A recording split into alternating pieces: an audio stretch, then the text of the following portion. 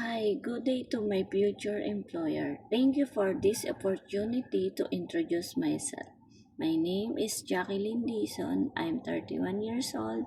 I live in Santo Tomas City, Batangas, Philippines. I'm happy married and I have 3 kids, 2 boys and 1 girl. The ages is 15 years old, 9 years old, and 12 years old. My highest educational attainment is high school graduate with TESDA, and I have experienced 2 years and finish contract. Kuwait and Middle East.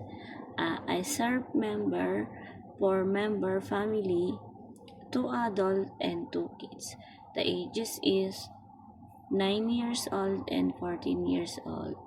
My main are duties: cooking, ironing, washing the clothes, all around cleaning the house, take care of the kids, and sometimes I go with my employer to outside and buy something food and also shopping, and sometimes I take care of the kids when I'm busy my employer to go with other friends.